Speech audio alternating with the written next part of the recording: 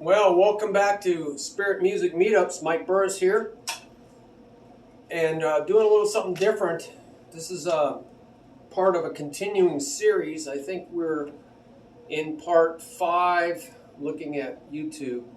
Yep, part 5A. This would be part 5A. I'll just call it part 5, okay? We'll keep it a short video. I had to make the other ones. What happened is I've been pulling on the string about the cross of Christ. I have been crucified with Christ. I no longer live. That's what Galatians 2:20 says. And we've been pulling on the string because the Lord's been leading us in these videos. These are not prepared videos. Now, I pulled on the string a couple nights ago, went to bed, and had these dreams. And this is the way that God brings his rhema word, which is always directly spoken, directly heard in the present moment.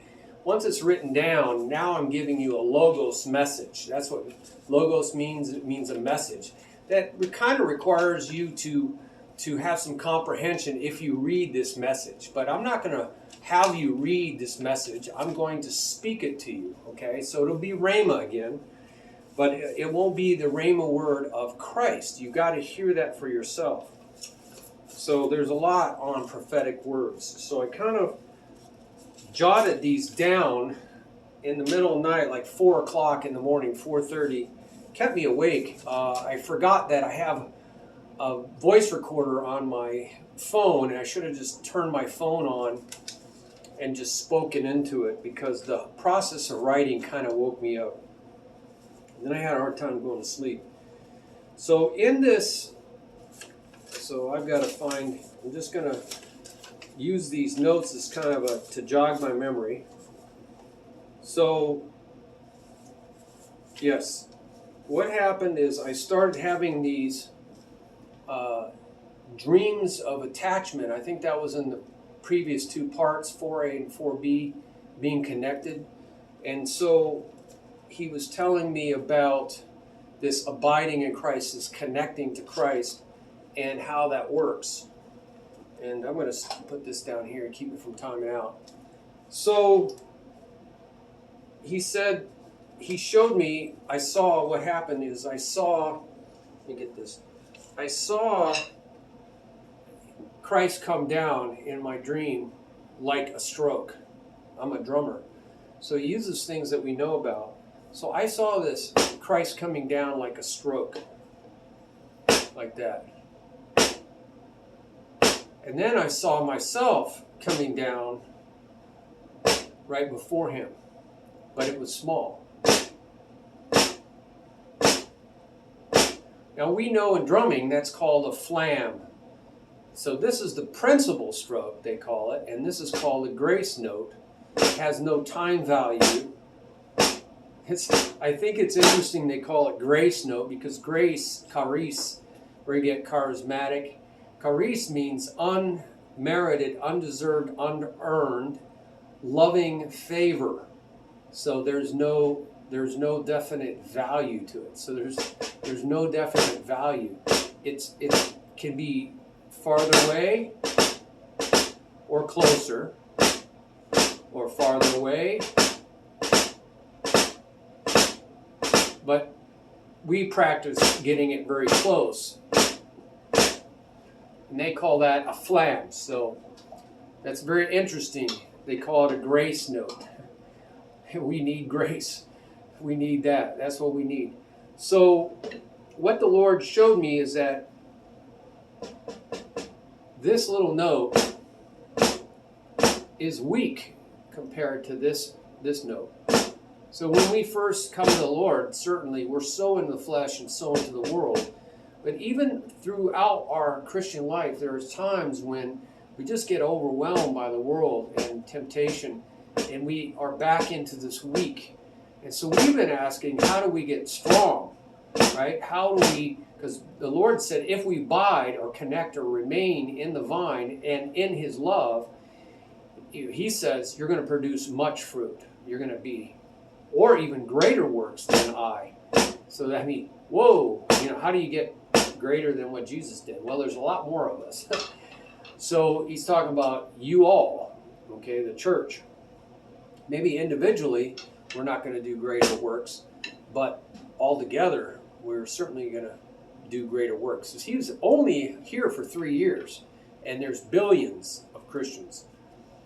But he said, you have to abide in the vine to produce this much fruit. And we were really asking, how do you do that? And so the Lord gives me dreams. And so he says, so you are weak, but I am strong. I am strong, but you are weak. And so you're going to end up with a flam. So what he showed me is that if we are before, so what happens is if you're weak and you're way down here, if you move both hands at the same time, this is going to get there before this. So this is self-centeredness. This is the world. This is, we are the captain of our own ship. But even in our Christian life, we have a hard time letting go of the world. We have a hard time letting go of the flesh. We saw that in the previous videos. Romans chapter 7, this battle with the flesh that even Paul really struggles with. But the Lord said that as long as you come first, right, or foremost, first in time, but really first in importance, first in importance. That word first means first in time or first in importance. I'll show you where that is. Then you're going to end up with a flam. So the only way that you can get rid of that flam is by strengthening it and no longer coming first in importance. See, Christ is supposed to be first in importance, right? First and foremost. And that means kurios, where we get Lord.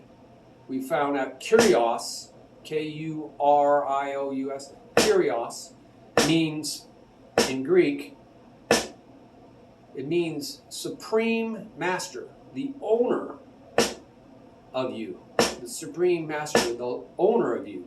See, before we come to Christ, we think of ourselves as the supreme master, the owner of our own lives. Very rebellious, very independent. Faith, pistis, means to be dependent.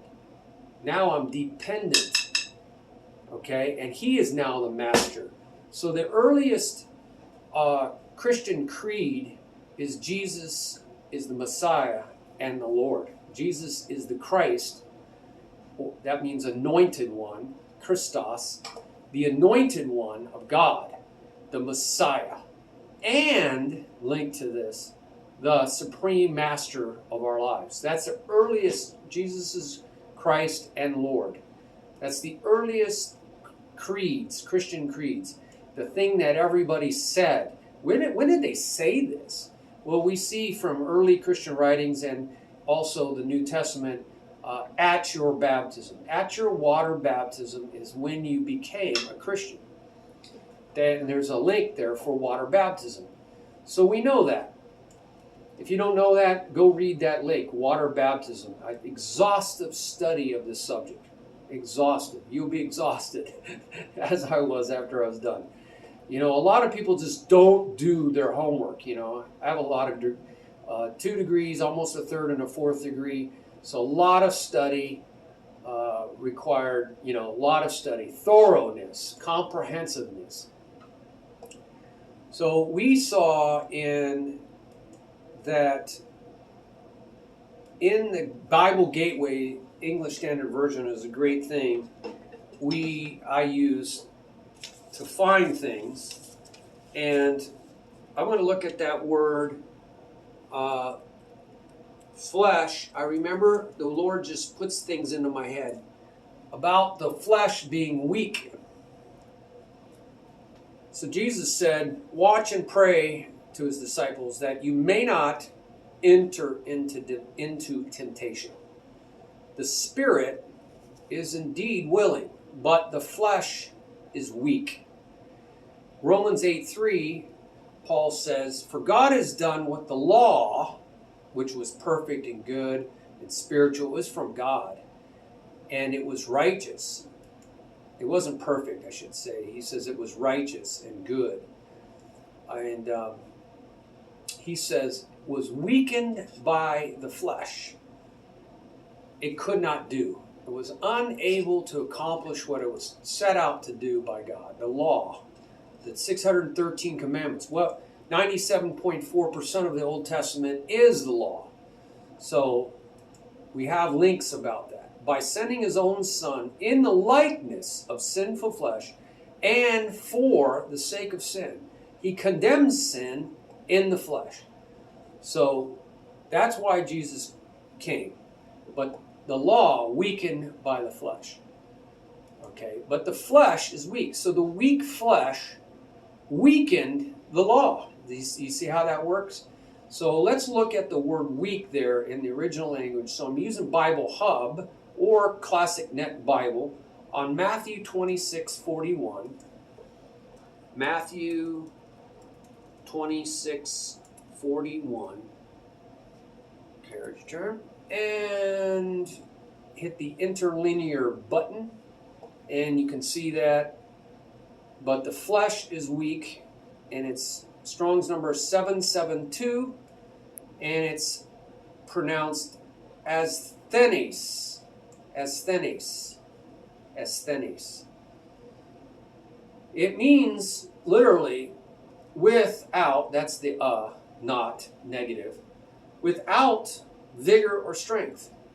Properly, without vigor, living in a state of weakness or depletion refers to a lack of necessary resources. So it is insufficient, literally, without adequate strength, right?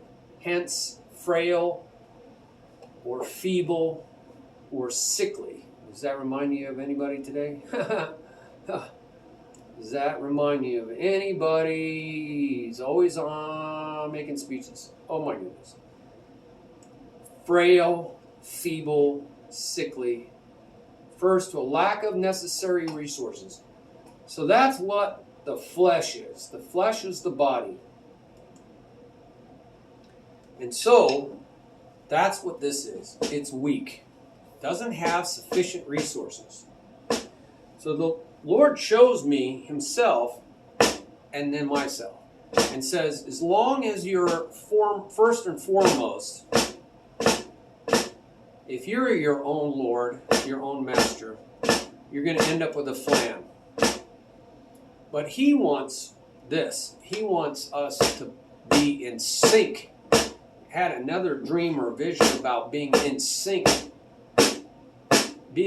Playing in the same time exactly with him. And he told me I would have to really listen closely. My sheep hear my voice. So I'm going to play like this, matched grip. So now my hands are playing identically. And they call that playing in unison or playing together with each other. Now, I told you that I saw that word together with in the last video. Okay, look at 4a, 4b. So the Lord just keeps showing me more about this. Together with is playing in unison. It's being in sync, right? Playing in time with. Looking at my notes here. And how do we do this? So there's a lot of drummers use this exercise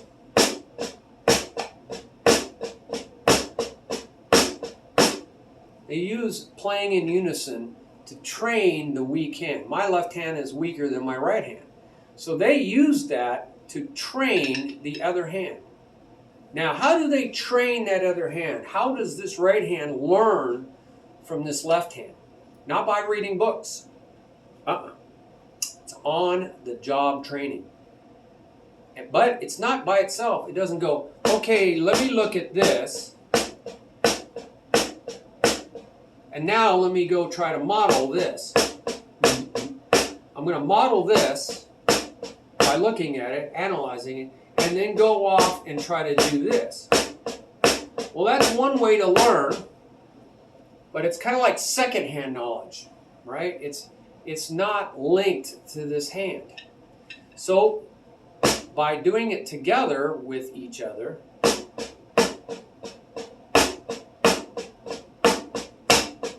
what happens is you start to see them together.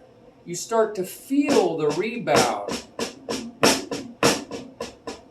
You start to hear the differences and correct. I hear flamming, so I hear the differences. That's that flamming. I hear a separation. That's the opposite of meno, which means to stay connected. I hear a separation. I hear a greater separation. So I gotta use all these senses to bring me back to this. Feeling, seeing, hearing. Jesus said, open their eyes that they might see. Open their ears that they might hear. Open their hearts that they might feel. You know, there's a lot about the inward man. Open the eyes of your heart that you may experientially know. That's a feeling. That's emotions. And so the Lord just reminded me again of a verse that Jesus uses. So I'm going to go in Bible Gateway. And he talks about, take my yoke. Take my yoke. All right. Matthew 11:29. I'm going to read the context. Come to me, all of you who labor and are heavy laden. It's burdened down. Burdened down. And we know the word burden in context is talking about the burden of the works of the law. 613, all kinds of sacrifices. Their whole life was lived around this impossible law to keep. And he says, take my yoke upon you and learn from me. It's like, learn from me, the strong hand. For I am gentle. Now, you got to ask yourself, why is he saying these things? And lowly in heart, because the rabbis were not gentle. They were harsh. They were demanding. They kept adding more, he says, more to the load. You were binding and loosing. You were binding more stuff on the backs of people, traditions of the elders. So much complicated teaching. More work, more work. It wasn't just 613 commandments anymore. And they were very puffed up, very high and mighty, really thought highly of themselves. But walked around with, with their fancy clothes on, looking down at everybody, lowly in heart. But Jesus said, I am lowly in heart. And so he's really contrasting himself to the burden of the law and the people teaching the burden of law, enforcing the burden of law. And you will find rest for your souls. They needed rest for their souls. For my yoke is easy and my burden is light. Now, this is a very powerful Matthew 11:28 through 30. Very powerful. So I'm just going to go over to Bible Hub and type that in, because that's going to give you Matthew 11:28 in the interlinear. Come to me is the imperative. It's like, hey, I'm strongly urging you right now. Come now. In the Greek, it's Duete 12:05. So much in the Greek that is lost in the English translation. So he says, come hither, come here now. Come to me, come after me now. It's really, you do this now. And it's a strong imperative. And he says this in many places. Come now. Right? So it has the force of an interjection. He's interjecting. He's coming into the conversation and saying, hey man, come to me now. You say, well, why did he say that? So you could look in a text without a context is a pretext. So back in English Standard Version, I'm going into look at the context reading up to, at that time Jesus declared, I thank you, Father, Lord of heaven and earth, that you have hidden these things from the wise and the learned. Those were the Pharisees, the Sadducees, the Greek philosophers. There's a lot of references to this. And revealed them to little children. That means before reading age. A lot of these people that were following him were very ignorant. They weren't schooled. They didn't have a lot of money. They're fishermen. They're just tradesmen. Yes, Father, for such was your gracious will. Go look at the least among us link. All things have been handed over to me by my Father, and no one knows experientially the Father except the Son except the Father, and no one knows the Father except the Son, and anyone to whom the Son chooses to reveal. That means uncover him. So he interjects now with this imperative. So he chooses to reveal to him. Now, how is this going to happen? If we come to him. So that's why he interjects. Come to me. Okay, so here we go. This is Christ. I saw him coming down like this principal stroke. And he was saying, look, you can't be over here. Wow, thank you, Lord. You really know how to speak rhema words. You can't be way over here, no matter how strong you are, because if you might be high and mighty and arrogant, right? Thinking way up here, but you're way over there. You're not right here. So you got to come right there. So let's look at that. So come, duete. Duete. Wow. Duete. Come hither. Come here now. Wow. Got their attention. Pros. Okay, it says come to me. But pros is actually a preposition that means 4314, Strong's numbering, indicates extension, means toward, extending toward, right, a goal with implied interaction or reciprocity. So comes, reciprocity back and forth. So we're definitely making interaction, contact, and reaction. So I'm going to make contact to Jesus. Jesus is going to react to me. Naturally suggests the cycle of initiation and response. Wow, all that in the word preposition pros. See what's lost in the English translation? To. It actually means toward, making contact, and causing a response. To me. Not to any other rabbi, any other leader, any other philosopher. No, you got to come to me. Not the wise and learned ones. And he's saying this to all those who are present participle, routinely, habitually, toiling, and connected to this, and coupled to this, using kai. You never get this in English. Being burdened. Now that's perfect tense, perfect participle, ing, being, and it's in the passive. It's happening to them, being burdened. This is definitely talking about those, Pharisees, teachers of the law that are throwing binding burdens, more to the backpack.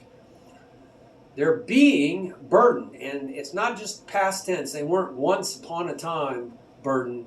They are still undergoing the effects of this. I mean, they're still under this burden. They're being burdened. Routinely, habitually being burdened by these people. And he says, and I, coupled to this, and I also, or as a consequence, I will give you, in the future, actually, indicatively, give you rest. Give you rest. And that word rest is anapoao, poao. Anapoa. See, anapoa. Well, we know ana means up to complete a process.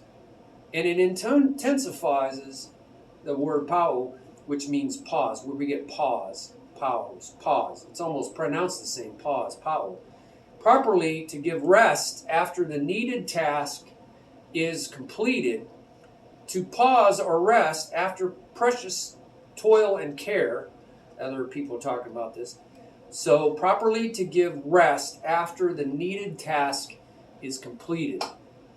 Anapao, where we get pause. Pause. I will give you rest after you come to me. Okay? I will give you rest. See, the rest comes from completing the task. And then he says, 11:29, another imperative, but it's an aorist. Get this done. The whole action viewed as a whole. Get this done. Get it done. One way or another, get it done. Past, present, and future. I'm talking about your whole life. Just get it done. Just do it. What? Just do what? Take the yoke of me upon you. Now, this is upon you. Upon you is the preposition en, epi, which means that implies what fits or aptly connects. So when you look at the word yoke, you find out that it's talking about 22:18, zygos, okay, or zugos. It starts at D's, zugos. Zugos is it's a type of burden. It's not just a backpack. It's not just another burden, a backpack, a load that the others were putting on people's back. But it's a way of distributing the load, okay? A yoke is a wooden bar that is placed over the neck of a pair of animals so that they pull together. Keyword, together. Figuratively, what unites or joins two people to move together or work together as one. So yokes were used like between slaves to get the two slaves to work together. It was used, those bars, the rowing, that's the same idea. They're all chained to the row bar, on those ships. But really, like animals, like oxen, the way to plow a straight line is take a real experienced oxen and link to it a weak novice oxen. So they start out like this, but over time, that connection, this one is plowing the straight line. It's going to plow the straight line. This might try to weave off, but this one's so much stronger that it's going to compensate. And after a while, the weak oxen is plowing just as straight as, that's the way Jesus teaches.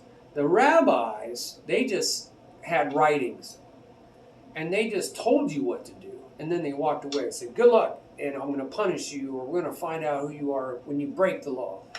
But Jesus doesn't do that. So he just says, come alongside me, okay? Right alongside me. Come here. Come beside me now. And this is the way I'm going to teach you. By using my yoke. It's not somebody else's yoke. And we look at this linking up. This is the same idea of meno. You must remain or stay connected. That's that staying connected into the vine. John 15 talks about this. He says, he links, take this yoke upon you, and related or coupled to this, learn from me. So he doesn't want to just have us link up to him. The purpose of linking up to him is the word monthano, which means properly to learn the right stuff, to learn the knowledge we need to learn, implies a reflection in order to come to realize. This doesn't happen by rote. It's not, hey, here's my writings, read my writings, memorize my writings. That's the way the other rabbis did it. But this is through experience and reflection, personal reflection, to come to realize this knowledge. And it's the right kind of knowledge. It's the right stuff. Montano. It's what Jesus wants us to learn. That's why Jesus said, my sheep hear my voice. Phone, it's not, my sheep read my writings. They learn about me through somebody else's writings, even if they're important writings by important people 2,000 years ago. You know, a lot of things were lost in over time. We don't have all the writings. And we have all kinds of copies. Go look at Bible information link. And he explains why we want to do this from him, because I am the gentle one. I am gentle, presently and ongoingly, and linked to this, humble, I'm lowly in my heart, in my innermost being. Mind, body, mind, heart, innermost being, used interchangeably by Hebrews.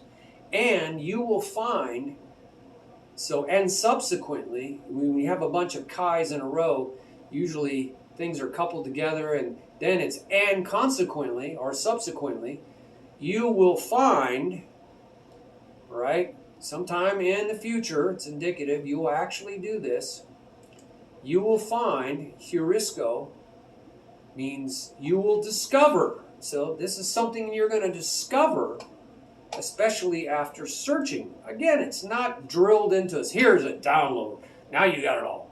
Nope, you're going to discover this for yourself.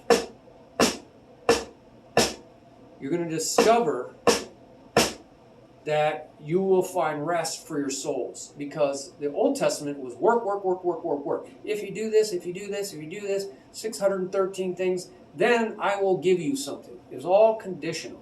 It was really to prepare them for the grace, undeserved, unearned, unmerited favor of God through the Messiah. The Messiah was always the answer, all through the Old Testament, not Moses. So, rest is this anapasis. Now, didn't we see an anapao? That's the verb that we saw. And now we got the noun version of it. So the anapao was in the previous verse, and I will give you rest. There's the anapao. And now, if you do these things, you will find that rest. Right? And so he's saying, if you do these things, you will find this rest. Rest. And we know that this rest is an inner tranquility. It's a cessation of motion, work, labor, business. It's a vacation, a respite, blessed tranquility. So this is what we want. You know, Jesus is called the Prince of Peace. Now, why is this important? Because when you're linked to him, then it's almost effortless. Now, we can't do that with drumsticks. Well, sort of. If we link these together, now they act as one drumstick. They don't act as two drumsticks. So that's what he's talking about, joining, merging, so that it becomes one drumstick. And it seems like it's effortless. Here you're just really working for a long time, it seems like. And then finally you discover, it's almost like they cancel each other. It's just weird. It's a weird feeling in the hands. You just can't imagine. It's like something happens and they are in sync. Wow, it's like they rebound automatically. All right, so I'm going to go to another. I'm going to introduce this that I'm going to talk. We must fix our eyes not on ourselves, the little stroke. We must fix our eyes. So let's go to the next video so we can talk about more of how to do this. Playing together. We saw a lot of verses that talk about being united with Christ and joining with Christ. So there's that united and joining and being connected into the vine and remaining there. We saw a lot of verses about that in the previous parts. Oh, I love that feeling. But the more you do this, all these little things happen inside my body, and I'm not even thinking about it, that kind of synchronizes my left hand with my right hand. And this is really the best way to train. So a lot of people say that for single stroke bowls, to play, even with double bass drum, to play both feet exactly together and do a lot of exercises with your metronome. So you're increasing your speed. You're going further and further out. When you do that long enough, this will just fly.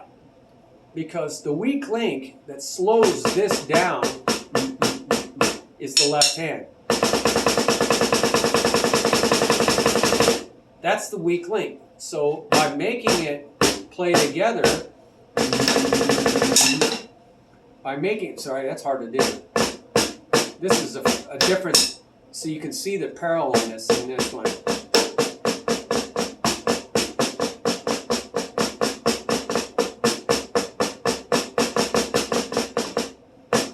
To do that. See, my fingers are not in sync. Ah, there we go. It's out of the picture. So that's what happens. Let's go to the next video. I look forward to your comments so that we can learn from one another. But let's go to the next video. Bye-bye.